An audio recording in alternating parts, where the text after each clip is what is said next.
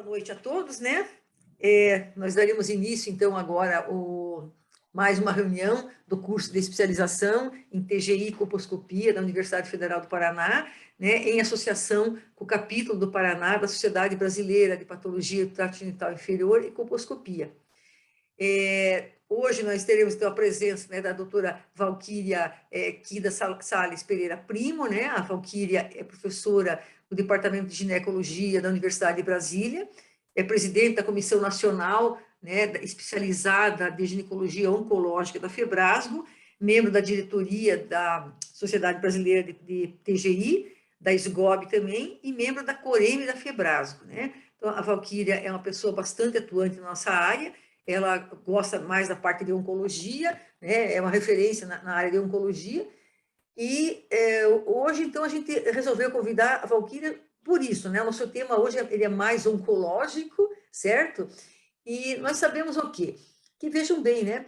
Com o rastreio, principalmente o rastreio organizado do câncer de colo, o que a gente vê? Que 80% da doença invasora, ela praticamente sumiu, né? Ela foi eliminada nos países desenvolvidos, que adotaram o rastreio organizado.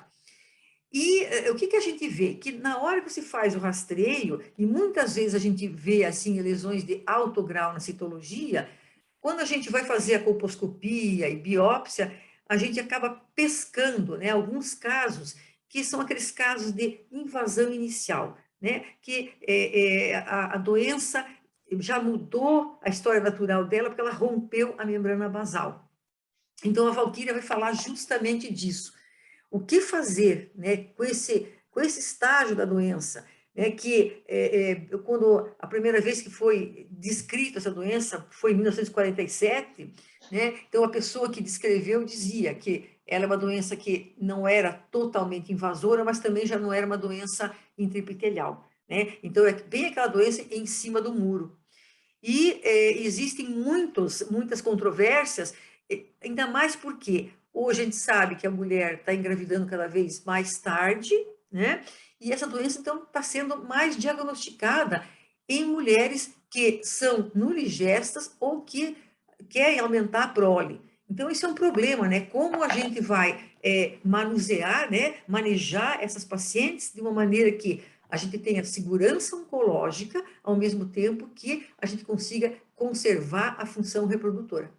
Então, Valquíria, a palavra está com você, né? Muito obrigada pelo seu aceite. Em primeiro lugar, né, agradeço o convite, é sempre bom estar com vocês. É um assunto instigante, exatamente como a professora Rita já pontuou, e nós estamos, assim, com esse compromisso de tentar mudar essa história. Então, ao longo da aula, eu pontuei algumas coisas nesse sentido, que depois, no final, a gente pode até discutir mais a fundo.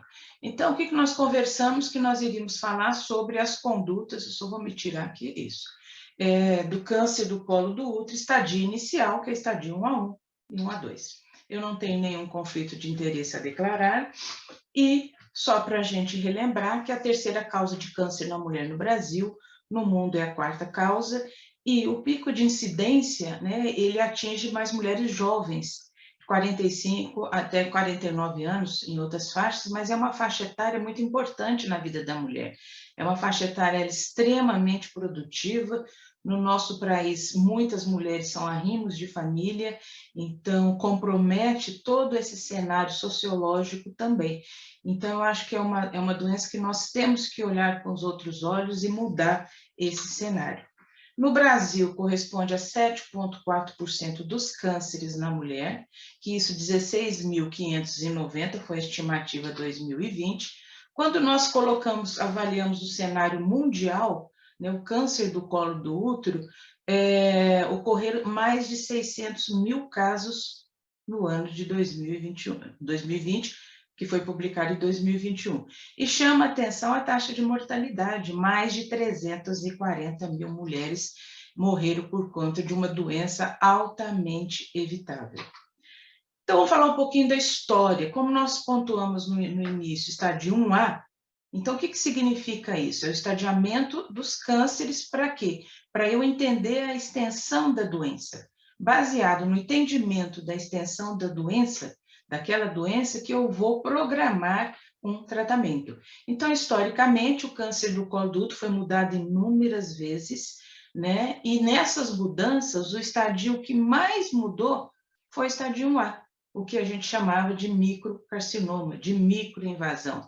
Então, se tiveram várias fases, né? Se era só medida, profundidade, extensão, volume, se nós iríamos considerar só escamoso, escamoso e glandular, até chegar no estadiamento de 2018, que foi no Rio de Janeiro. Então, quando a gente fala toda essa mudança de estadiamento, também muitas mudanças em termos de terminologia. Aí saiu o estudo LAST, algumas pessoas falam LAST, e ele chamou muito atenção na palavra microinvasiva. Então, a revisão da literatura, que foi o grupo de estudo número 3 do estudo, destacou o uso generalizado do tipo microinvasor, porém inconsistente em muitas situações.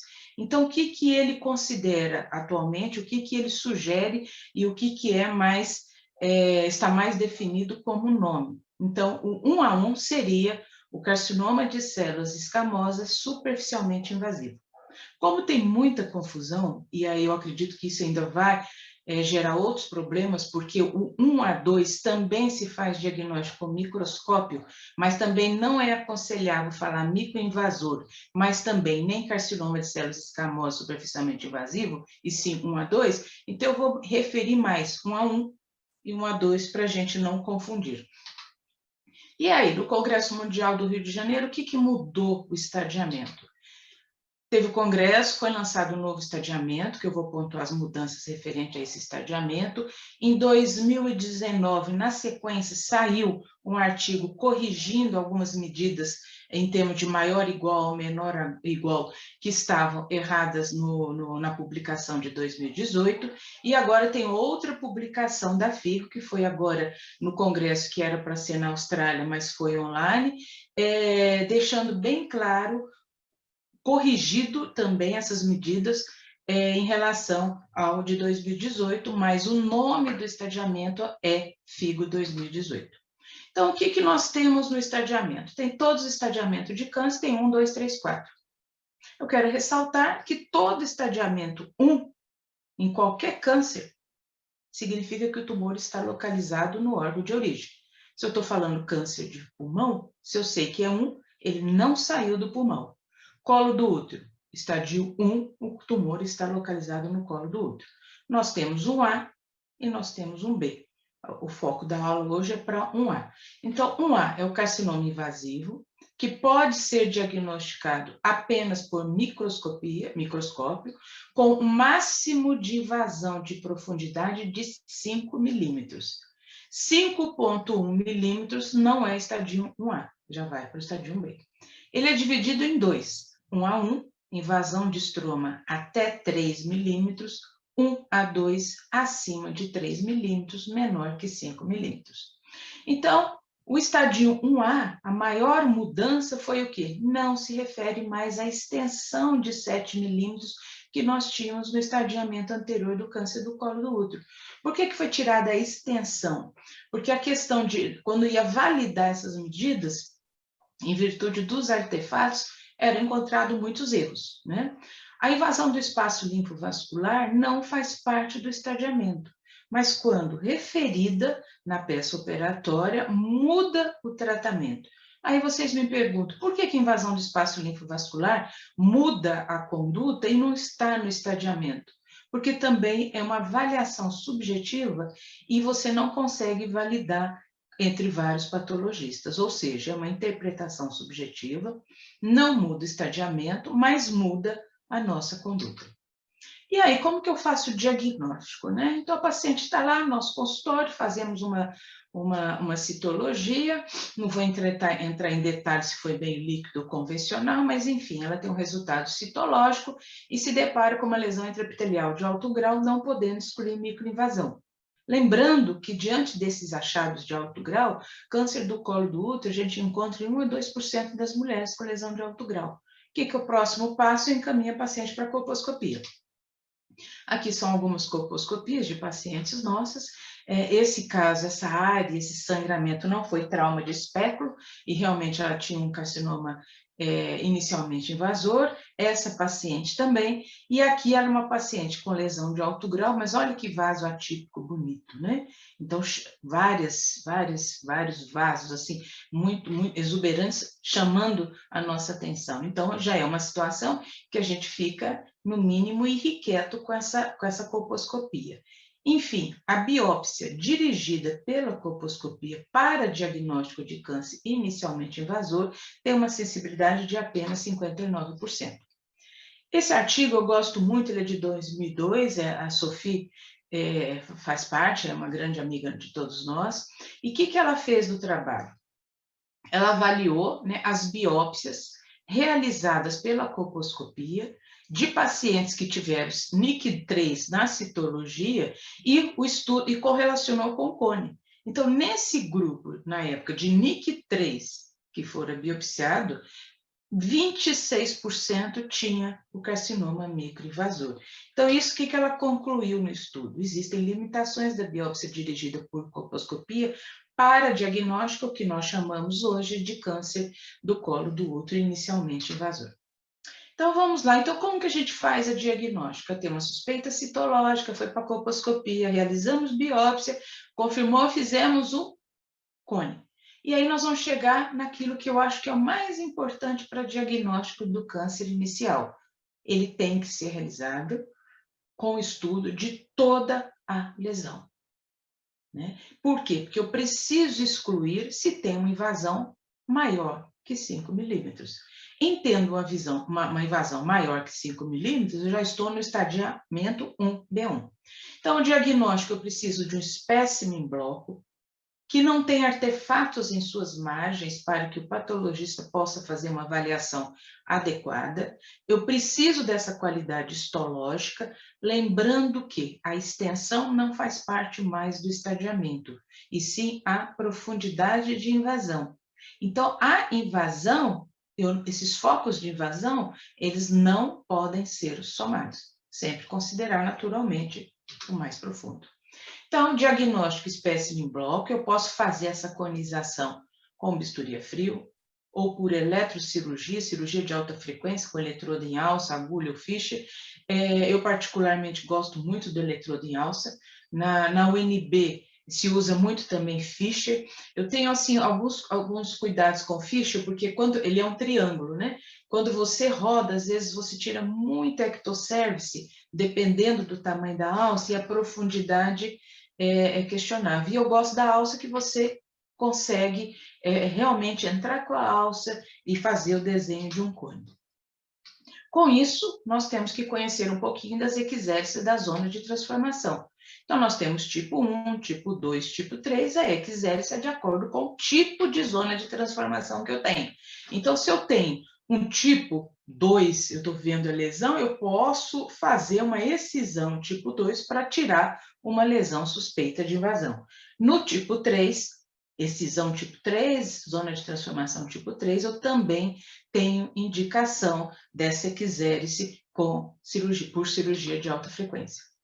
Qual o cuidado que nós temos que ter diante de uma suspeita de invasão inicial e nós vamos usar a cirurgia de alta frequência, né? Então, a avaliação do status pode estar prejudicada, de acordo com esse trabalho, até 11%.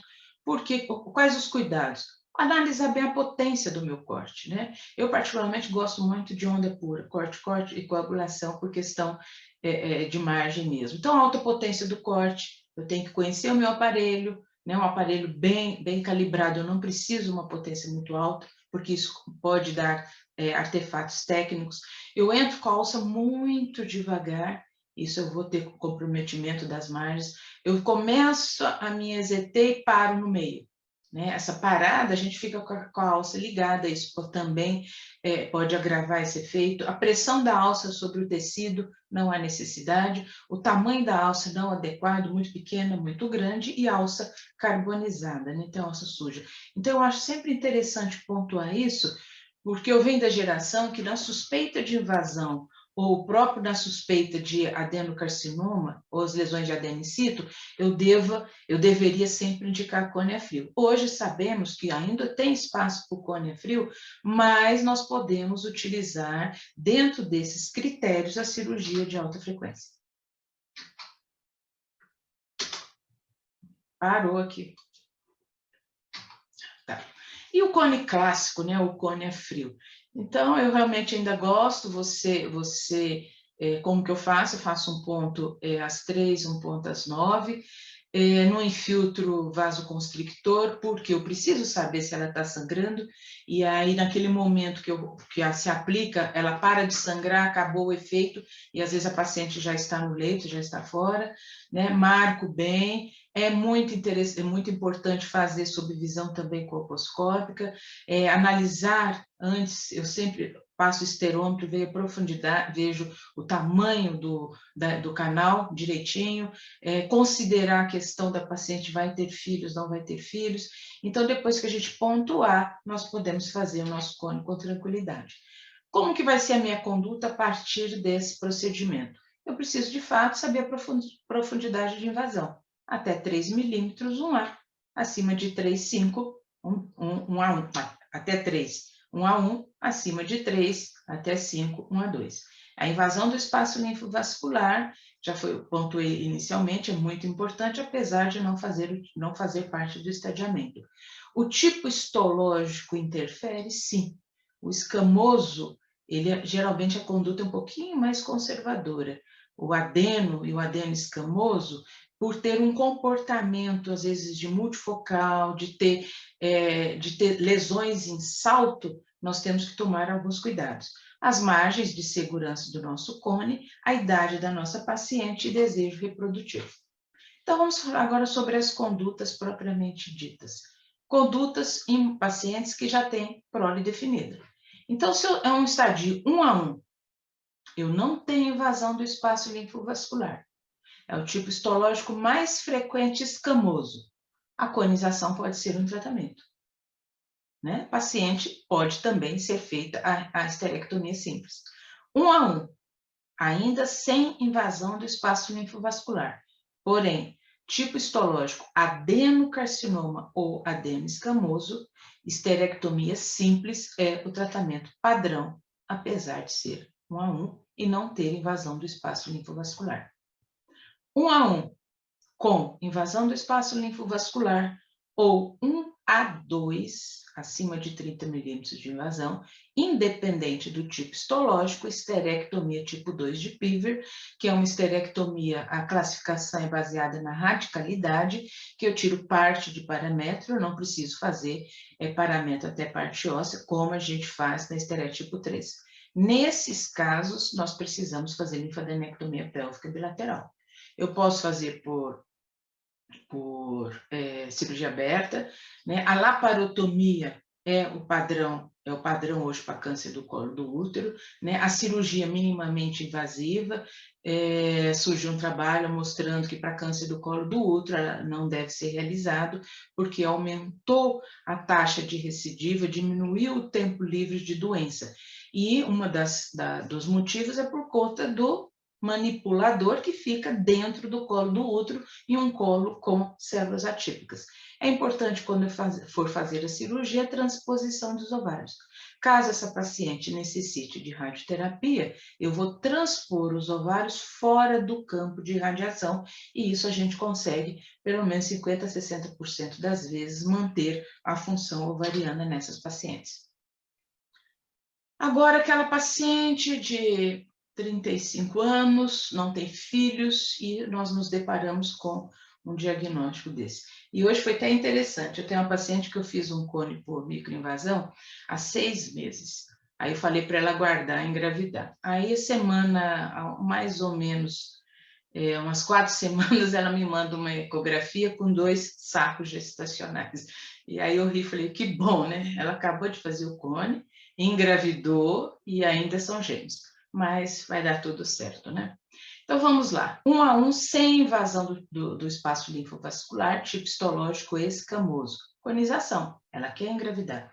1 a 1, sem invasão do espaço linfovascular, adenocarcinoma ou adeno escamoso, a conização pode ser o tratamento, porque ela quer engravidar, mas nós temos que deixar claro para ela que a histerectomia é o tratamento recomendado, né? A paciente precisa ser adequadamente orientada nesse aspecto.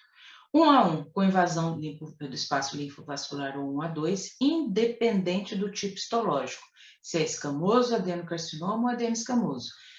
Tratamento nesses casos, conização ampla ou traquelectomia radical, que envolve a retirada de um pedacinho da vagina e parte de paramétrio, e uma ou outra opção, nós precisamos saber o status linfonodal da paciente, com ou sem biópsia. Eu posso usar também a pesquisa do linfonodo sentinela, aí eu não vou fazer a pesquisa, a linfadenectomia sistemática, retirar todos os linfonodos, mas não são todos os serviços que ainda fazem biópsia do linfonodo sentinela. Bom, outro protocolo lançado agora em 2022, uma outra referência, NCCN, outro guideline. Então, o que ele mostra?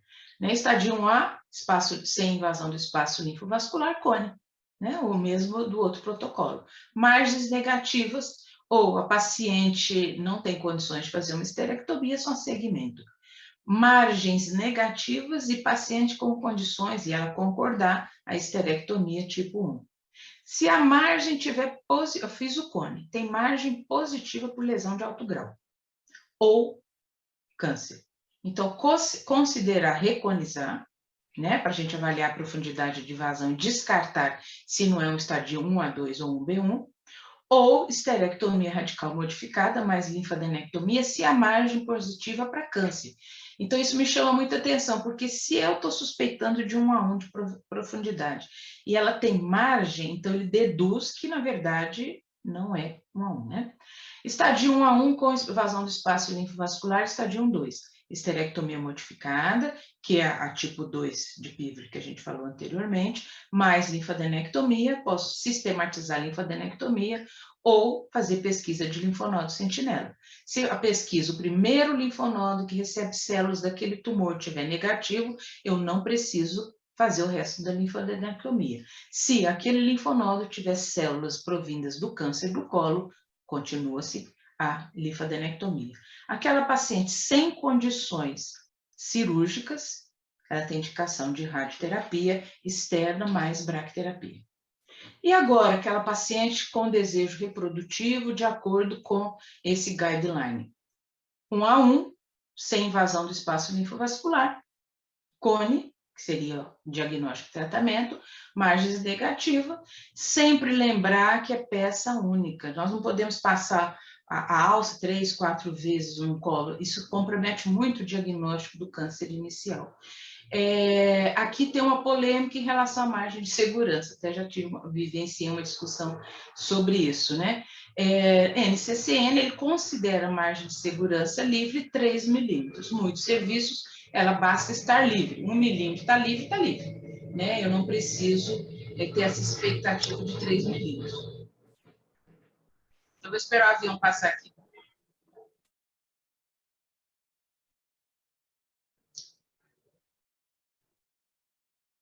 Então, essa margem é um ponto de discussão, né? Então, tem patologista que considera os 3 e tem outro, veio negativa, independente de ser 1, 2 ou 3 milímetros. 1 a 1 com invasão do espaço linfovascular e 1 a 2, a traquelectomia radical, é uma cirurgia conservadora, mais linfadenectomia.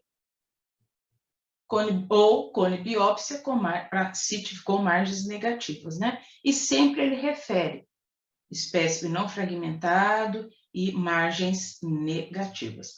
Se margem positiva, repete o cone ou a traquelectomia, caso ela tenha feito o cone inicialmente, certo? Mais a linfadenectomia. O que chama atenção, um resumo, mesmo que eu tenha uma conduta conservadora, esses casos 1 a 1 com invasão do espaço linfovascular 1 a 2, sempre eu preciso ter o estudo dos linfonodos. Eu preciso saber status linfonodal. E, para terminar, a gente tem que ter em mente que tem inúmeras definições e denominações É uma situação totalmente assintomática, lembrando que especificamente para o câncer inicial a colposcopia tem uma baixa sensibilidade, o histopatológico da biópsia pode ser insuficiente para caracterizar a invasão inicial e o diagnóstico definitivo eu preciso estudar toda a lesão. Então, se fosse uma questão de prova, o diagnóstico definitivo é a conização. Então, aqui foi a campanha que a gente participou, né? Câncer do colo, pela Febrasgo, vamos acabar por isso, fizemos um texto sobre o assunto. E só para lembrar qual que é a proposta da Organização Mundial de Saúde, é que até 2030 estejam organizados os programas para vacinar 90% das meninas até 15 anos, rastrear 70% das mulheres com teste de alto desempenho, e 90% das mulheres com doença no colo do útero, que essas mulheres sejam tratadas. Se isso for atingido, 2 milhões de mulheres deixarão de morrer até 2040 e 4,5 milhões de mulheres até 2050. Então, eu acho assim, é uma campanha muito interessante. A proposta é para países de baixa e média renda, porque foi aonde que não se conseguiu diminuir a mortalidade. Não sou defensora só da citologia, a gente sabe que o teste de biologia molecular tem uma acurácia bem melhor, mas se nós não tivermos cobertura no nosso país, mesmo nós inserindo novas tecnologias, eu fico um pouco preocupada em atingir essa meta. Porque simplesmente com a citologia, os países de primeiro mundo conseguiram, por quê? Rastreamento organizado e cobertura adequada, né? Nós temos que ter uma cobertura, pelo menos de 80% da população rastreável, para a gente ter uma diminuição da mortalidade significativa. Então, obrigada pela atenção de vocês. Esse aqui não. Ótimo, doutora Valquíria, muito bom. Acho que ficou bem didática, né, essa classificação que muitas vezes o pessoal se confunde. Eu vou deixar aberto para perguntas, podem fazer pelo chat ou podem fazer também ao vivo, né? Só levantar a mãozinha ali, estejam à vontade. É um momento da gente aproveitar e tirar as dúvidas.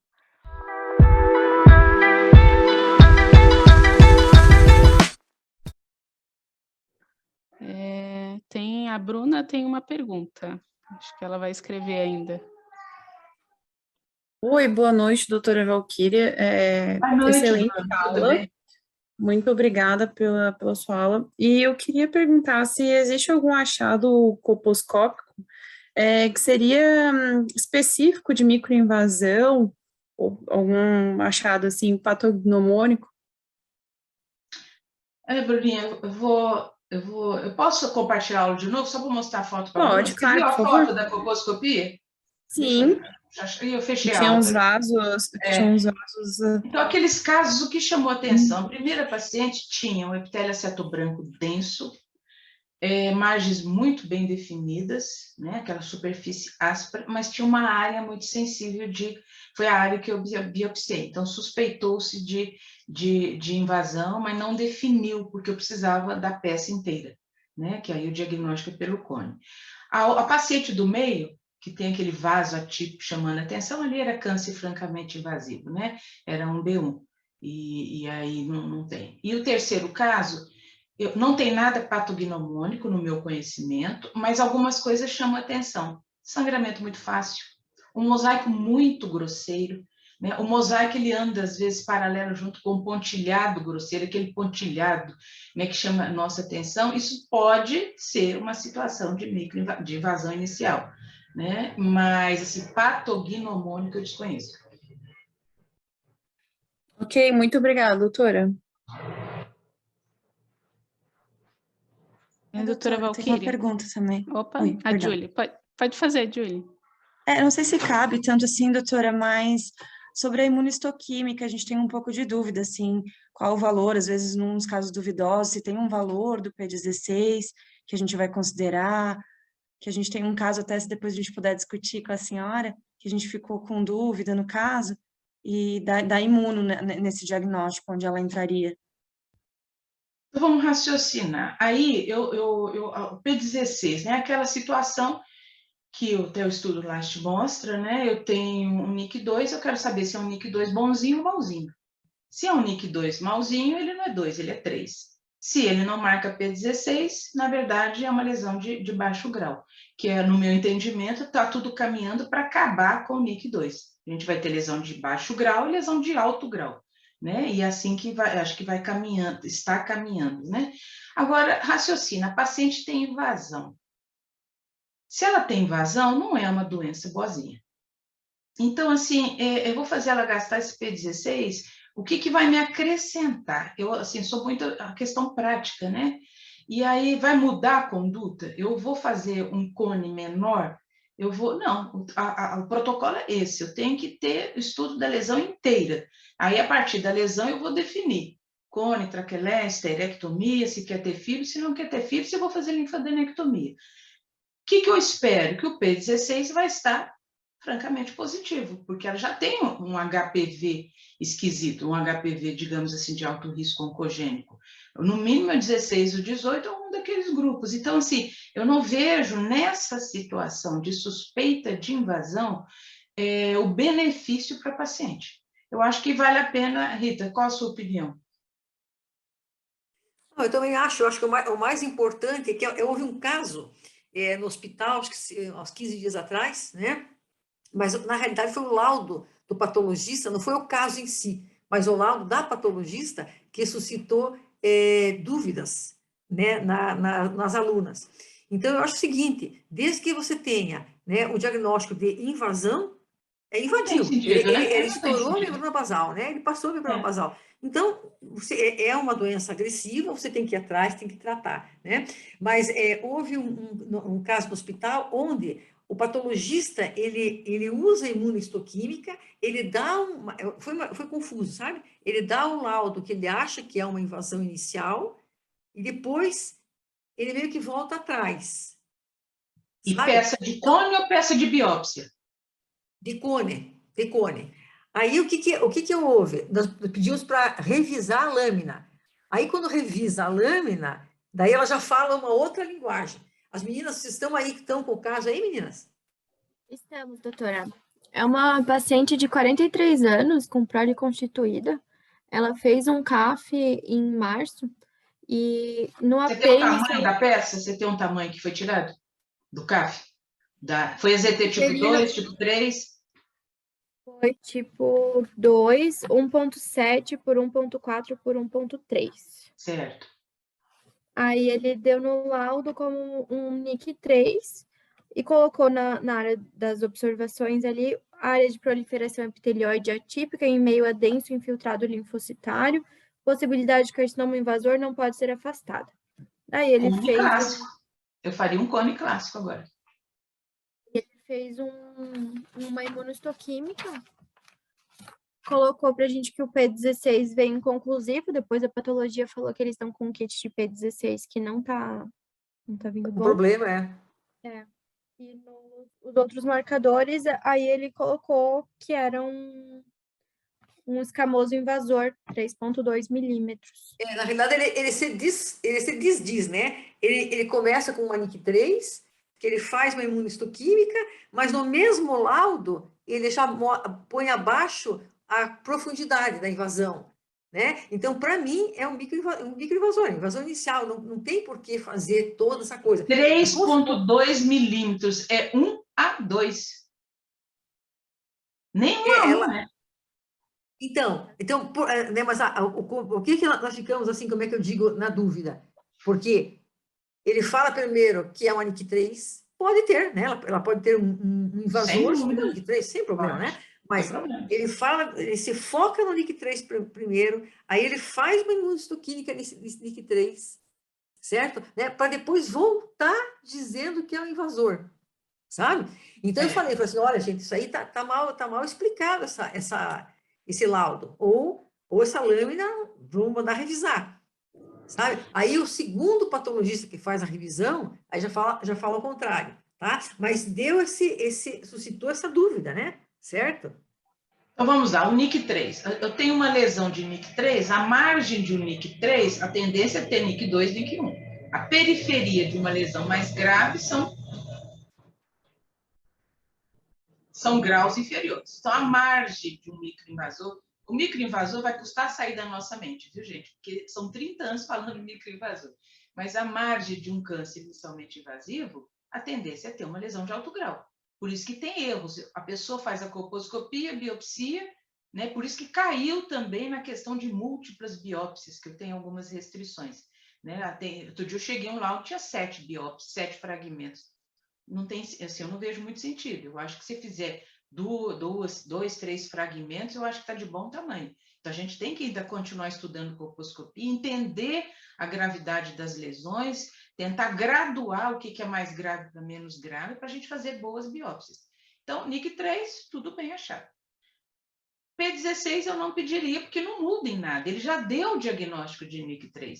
Se ele desse um diagnóstico de NIC2, eu acho fantástico, P16 PRB, fechado. Aí eu ia ver se era um NIC2 bonzinho ou um NIC2 já com comportamento de NIC3 mesmo. Ponto. O microinvasão não muda. A partir do momento que muda, eu já sei que tem mutação. A causa mais frequente é HPV, o P16 está ligado, então ele vai ter mutação do P16. Isso não, a gente não tem muita dúvida, né, em relação a isso. O ciclo celular já está alterado. Por isso que vai expressar as duas, o P16 e o PRB. Né? O que talvez, assim, se a revisão foi favorável, a revisão bacana, e fechou o diagnóstico, tudo bem. Se não fechar, você fez uma EZT tipo 2. A paciente tem prole definida. Ela provavelmente tem um canal longo. Né? Então, de vez em quando, essas situações, eu faço um cone clássico.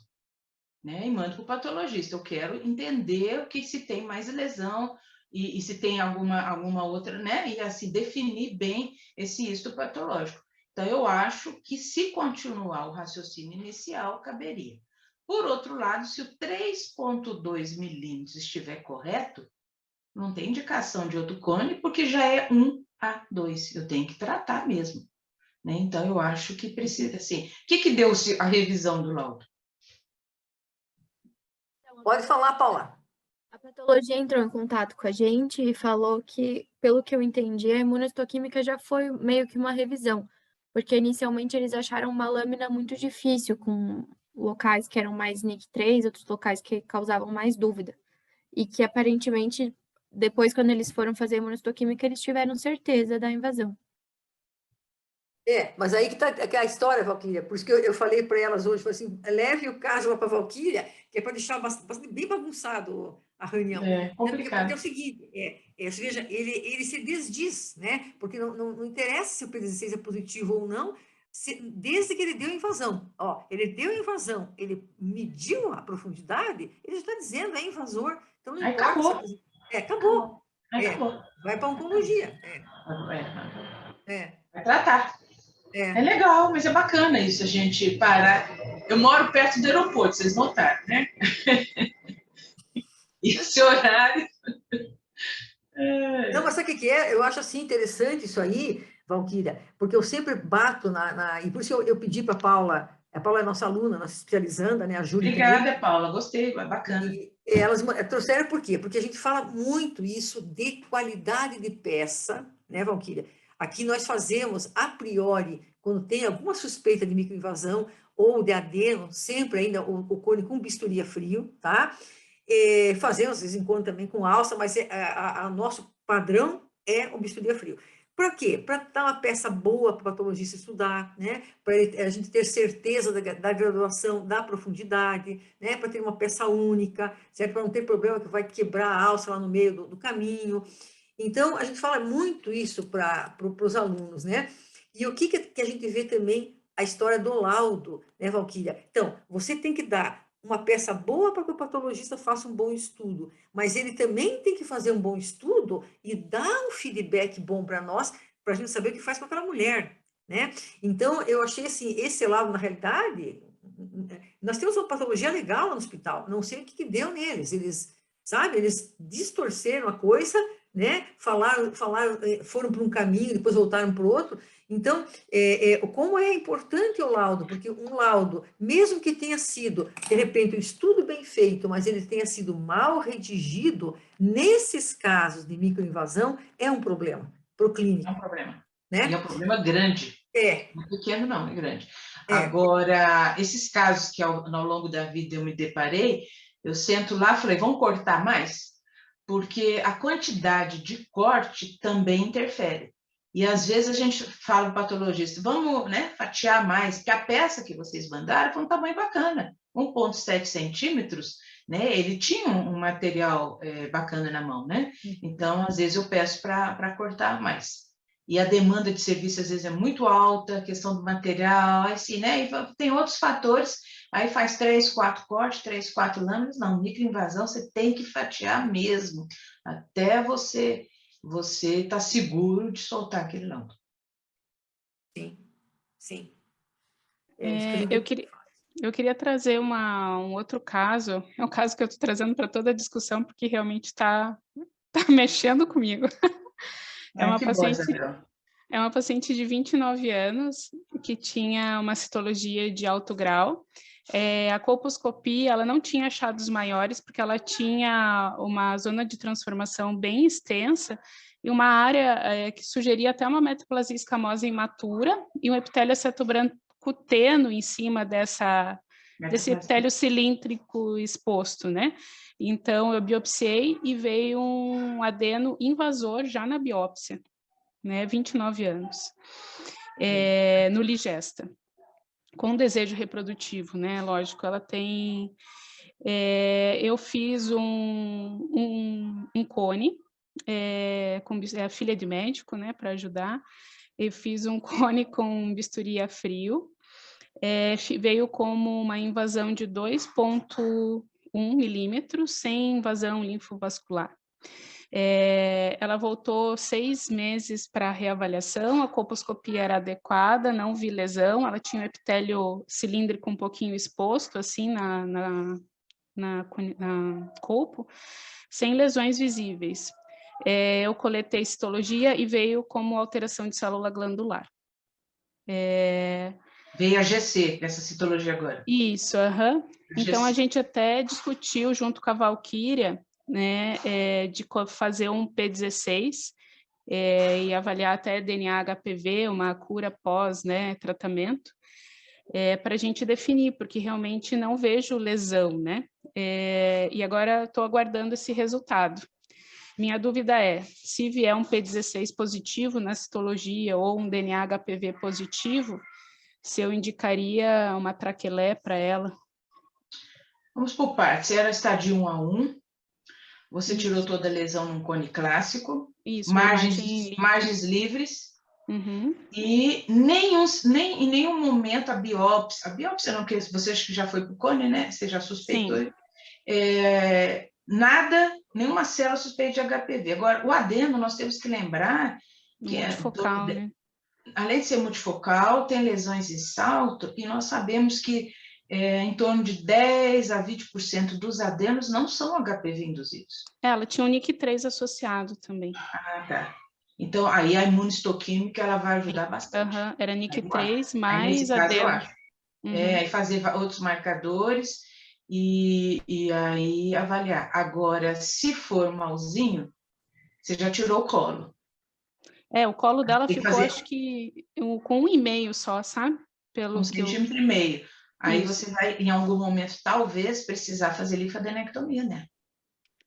Eu pensei em discutir com o oncopélvico mesmo, sabe? Exatamente, que aí pode fazer até, porque hoje é proscrito, mas, na verdade, como é só linfadenectomia, ou ele complementa com uma traquelectomia via vaginal, né? Ele vai tirar um pedacinho de paramétrio, um pedacinho de vagina, fecha o colo, a gente tira, solta os ureteres, tira ali do lado, dá para tirar 1 centímetro de paramétrio, né? E agora, a linfadenectomia, assim, no meu ponto de vista, quando a gente vê o papel mesmo, eu acho que vai ser importante. E faria, a linfadenectomia pode fazer até via laparoscópica, né? Ou não, pode fazer aberta também, que é o que mais se tem feito. Está saindo um trabalho para mostrar o tratamento com cirurgia minimamente invasiva desses cânceres iniciais. porque ficou muito taxada não fazer minimamente invasiva em nenhuma situação. Só que essas situações de muito pouca invasão, né, a paciente vai se beneficiar da minimamente invasiva, né? Então, isso é uma coisa a ser estudada. Então, vai ver a lâmina, vai ver qual a região. Agora, o adeno, ele é traiçoeiro. Ele é traiçoeiro. Outra sugestão, você já pensou em ela congelar ossos? Eu falei com ela essa Teve reprodução semana. humana. Ela é Isso. casada? Não, ela tem relacionamento só homoafetivo, e está sem parceria fixa no momento, mas tem desejo de gestar. Tem, né? Então, acho que vale a pena, enquanto não esclarece direitinho a conduta, ela já partir para esse processo. Porque vindo o P16 negativo, na lesão do adeno, não vai mudar muito o raciocínio, porque ela já tinha um NIC3 associado, então fala bem mais a favor de ter uma lesão HPV induzida. Né? Obrigado. Sim. Porque eu estou pensando ela na minha frente. Primeira coisa, eu ia oferecer a questão do congelamento do ósseos. Eu falei para ela. Revisão de todas as lâminas, com certeza eu ia pedir. Revisão, a gente tem umas surpresas, às vezes, maravilhosas. Eu já conversei com o patologista, já liguei, tá todo mundo em cima desse caso, assim, sabe? E aí, se tiver uma lesão ainda persistente e tiver uma lesão mais profunda, não tem como, a gente tem que tratar, né? Que evolui mesmo, não tem jeito. Tá. Não tem jeito. Esse AGC está me cheirando no mínimo um adeno in situ aí, né? Pois é. Não dá para fazer o cone. Ficou bem pouco colo. Porque se você tirar 1 centímetro do que ficou e já informar que quando ela engravidar, ela vai precisar de cerclagem. Cerclagem abdominal, né? Vai precisar da cerclagem. Sim. É por isso que eu pensei, ao invés de reconizar, já pensei, às vezes, discutir com um oncopélvico de fazer uma traquelé com linfonodo sentinela, pelo menos. Exatamente. Porque já tem estudo, né? Acho Sim. que... Dá notícias depois, Maria Isabel. Pega o telefone com a Rita. Eu gosto de saber os desfechos, os raciocínios, porque a gente aproveita no nosso dia a dia também. Sim. Essa eu estou trazendo para toda a discussão, porque realmente está mexendo comigo. Aí no seu serviço, eles estão fazendo linfonodo sentinela, tequinese ou verde de indocianina? Não sei te dizer, doutora. Você sabe o que o doutor Cleverton faz, doutora Rita? Não sei. Mas posso perguntar para as próximas discussões. Eu acho que sim. Vale a pena você acompanhar, é muito bonita a cirurgia de linfonodo sentinela. Para quem é apaixonado de cirurgia, né? É muito bonita mesmo. Esse é um caso difícil. Ela, na realidade, né, Bel, você está com, acho que é o terceiro caso que você tem, né, de adeno, né?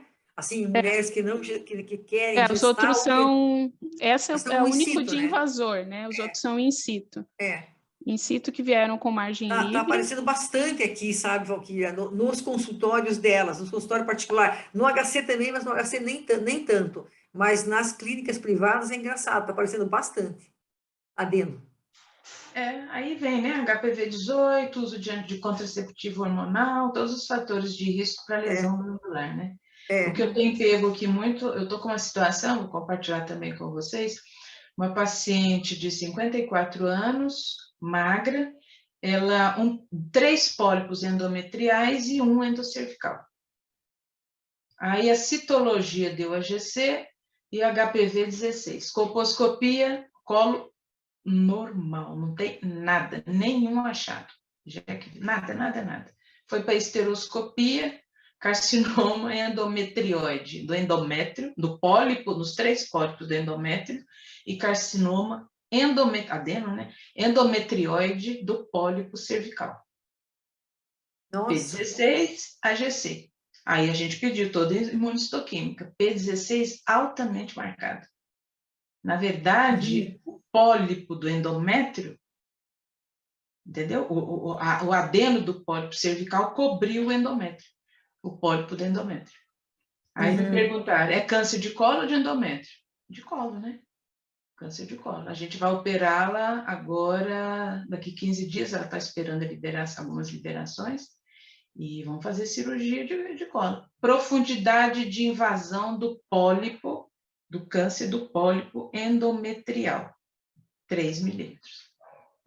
E do pólipo aliás, do pólipo endocervical, 3 milímetros. Do pólipo endometrial, bem inicialmente invasor. Aí questiona, são doenças separadas, é a mesma doença. Aí fez imunohistoquímico de todos os pólipos, igualzinho. Eu nunca vi na minha vida pólipo endometrial marcar P16. Nunca vi mesmo. Mas isso também depois eu posso dar o feedback para vocês, porque a patologista está louca para ver a peça operatória. Até depois eu te mando o laudo, Rita, só para você ver. 5, Interessante. 4, foge, né? Foge o padrão. Sim. Foge o padrão. É bem interessante. Mas a gente destrinchou, porque quando foge muito, a gente fica com receio de erros, né? Claro. A gente fica. E a patologista, a Dúlia, ela é excelente patologista. Nós sentamos lá, ela fez tudo de novo, fez imunohistoquímico de tudo, aí refez o laudo agora. Tumor primário de colo do útero. Sim. Agora, no estadiamento, o tumor de colo que invade endométrio não muda o estadiamento. Realmente não tem. Não. O câncer de colo que invade o corpo não muda o estadiamento. Porque acho que isso também é questão de prova de tego, viu, gente? Câncer do colo foi para o corpo do útero. Não muda. Não muda o estadiamento. Eu acho que esses casos que fogem ao padrão, né, Valquíria, ou mesmo esses casos de invasão inicial, vale, eu sempre digo, a gente nunca paga imposto para pedir revisão de lâmina. É muito importante. Ou recortes. Né? Então, eu acho que, por isso que, às vezes, né, a gente tem que ter esse cuidado, né, em relação ao paciente, porque pode acontecer, às vezes acontece uma bobeada do patologista e você toma uma conduta totalmente errada, né, que vai ser iatrogênica. Então, é complicado, né, isso aí a gente tem que ficar em cima, né, às vezes tem que ser chato mesmo. Porque se for câncer de endométrio, a gente tinha que tirar linfonodos paraórticos, então até a estratégia cirúrgica muda. Em sendo câncer do colo do útero polidefinido, eu posso fazer uma estereotipo 2. Vou fazer a linfadenectomia e estereotipo 2. É uma cirurgia menos invasiva. Então, assim, a nossa insistência foi em relação a isso. Porque não adianta só estudar o pólipo do colo, a gente tem que saber o resto. Que suponhamos que... outra coisa importante aqui, eu abri. A imunohistoquímica não tinha nesses pólipos receptor de estrogênio e progesterona. Então, tudo isso a gente foi juntando. P16 marcado, não tem receptor. Vimentina, que fala muito a favor de endométrio, de câncer de endométrio, não marcou. Então, a hora que fechou, gente, é colo mesmo. AGC, P16, HPV16. Então, vamos fazer a nossa estratégia, montar a nossa estratégia cirúrgica. Então, acho que isso que a Isabel está fazendo e a outra colega, elas estão certíssimas. Está destrinchando o histopatológico e os outros mecanismos que nós temos para diagnóstico. Ótimo. Eu vi que o doutor Emerson Neves está na sala, ele está, acho que, com o áudio desligado. Ele é um oncopélvico, né? Não sei se ele está aí.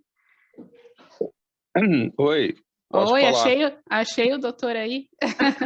Estava escutando você. Boa noite, Emerson. É que a doutora Valquíria perguntou do linfonodo sentinela. Pode perguntar de novo, doutora, qual o marcador que vocês estão usando? O verde de endocianina ou só tecnésio? Como que vocês estão fazendo? Lá no hospital de clínica. Não, a gente tem usado... O azul patente. Só o azul patente, porque a gente não tem o marcador verde de cianina, que eu acredito que seria o mais adequado, mas a gente não dispõe lá no momento, então a gente tem usado o azul patente com alto índice de efetividade quando usa ele. Que bom, bacana. Ótimo. Obrigada, doutor Emerson. De nada. Achei ele ali, ó. Falei, ué, já respondeu. Eu lembrava como residente, né, que a gente usava o azul, mas não sei se atualmente ainda estava sendo usado. Ótimo. Mais alguém? Perguntas? No chat não tem mais perguntas. Aqui alguém ao vivo? Doutora Rita, gostaria de falar mais alguma coisa? Eu acho que foi bem interessante essa aula, eu acho que como é que aula, essa palestra, assim, ela é super, né, hiper específica, né, por isso que ela tem um monte de coisa para ser falada e, ao mesmo tempo, ela tem pouca, né, porque ali, romper a membrana basal, tá ali, né, uma invasão bem inicial. Então, qual o objetivo que eu achei quando eu chamei a Valquíria e peguei esse tema? Era justamente isso, né? Saber esses macetes, tá? Quando que eu faço uma esterectomia extrafacial, quando que eu faço uma modificada, né? Como que eu vou lidar com aquela pessoa que quer gestar, que hoje eu acho que é a maior pedra no calcanhar da gente, é a paciente que quer gestar, né? Então, eu acho que isso ficou assim, a Valquíria conseguiu ser bastante didática, né? Porque ela foi falando passo a passo e eu acho que não deixou dúvidas, né? Pelo menos eu acho que não. E aquela importância que eu acho primordial, né? De dar uma peça com qualidade para o patologista e, na dúvida, eu tenho dúvida, será não ter, né, preguiça ou mesmo vergonha de pedir revisão de lâmina. Porque às vezes o colega fica, mas será que eu vou pedir? Ele fica meio sem jeito. Eu já vi gente falar, mas eu fico meio sem jeito de pedir. Não, tem que pedir, né? Tem que pedir revisão de lâmina, tem que pedir recorte, tá? Porque são pacientes que você vai mudar totalmente a história delas com uma conduta mais agressiva, né? Então, eu acho assim, super importante isso aí. Tá? E aquela coisa da morfologia, né, Valquíria, de romper a membrana basal, né, rompeu, então é uma invasão, não tem que ficar com firula, né, se prendendo à imunistoquímica. Eu falo para a né? paciente raciocinar o seguinte, a lesão precursora, as pacientes chegam muito achando que estão com câncer, né? Então, quais são as duas lesões verdadeiramente precursoras? É um NIC3 e um adenicito. O NIC2 nós temos que estudar para que caminho ele vai, e a lesão de baixo grau, a gente sabe que não tem um contínuo biológico. E aí ela fica muito preocupada, ela fala, mas vai para o meu sangue? A pergunta que eu ouço muito na universidade. Mas eu tenho adenicito. Não, porque está na pele, está na superfície, né? Não rompeu aquela camada que vai ter contato com a nossa corrente sanguínea e linfática. Rompeu a membrana basal, nós estamos no estroma. Estando no estroma, tem vascularização, né? Por que 1 a 1 a conduta é mais conservadora? Porque menos de 1% vai ter linfonodo comprometido. Então, eu posso fazer realmente considerar um cone um tratamento. 1 a 2, isso já some para quase 10%, né? 1B1, 15%. Então, assim, isso a questão de romper a membrana, entrou no estroma, opa, já tem contato com vascularização, né? Os linfonodos vão servir de quê? De filtros, né? A primeira estação que não deixa a doença progredir em termos sistêmicos, né? E aí o desenho mostra porque também a gente tem que desmistificar o que é precursora, que tem tratamento, que vai ficar boa, né? E quando invadiu, acende a lâmpada vermelha. Aí nós temos que ficar atentos. Uhum. Isso mesmo. Acho que é por aí. Ótimo. Muito obrigada, doutora Valquíria, pela disponibilidade, pela brilhante aula e clareza, né, nas respostas e na apresentação. Nós, do capítulo do Paraná, agradecemos, junto com a especialização ali do HC. Bom, eu agradeço a todos vocês, foi uma grande satisfação, um prazer revê-los, e quando a gente puder colaborar, estamos aqui, tá? Muito obrigada. E bom, Valquíria, obrigado pela tua participação aí, valeu mesmo, tá? A gente vai se vendo aí, vai se falando. Tá jóia, gente. Beleza. Então, Tchau para vocês, então, gente. Tchau, gente. Boa noite. Um beijo grande. Beijo aí. Tchau, tchau.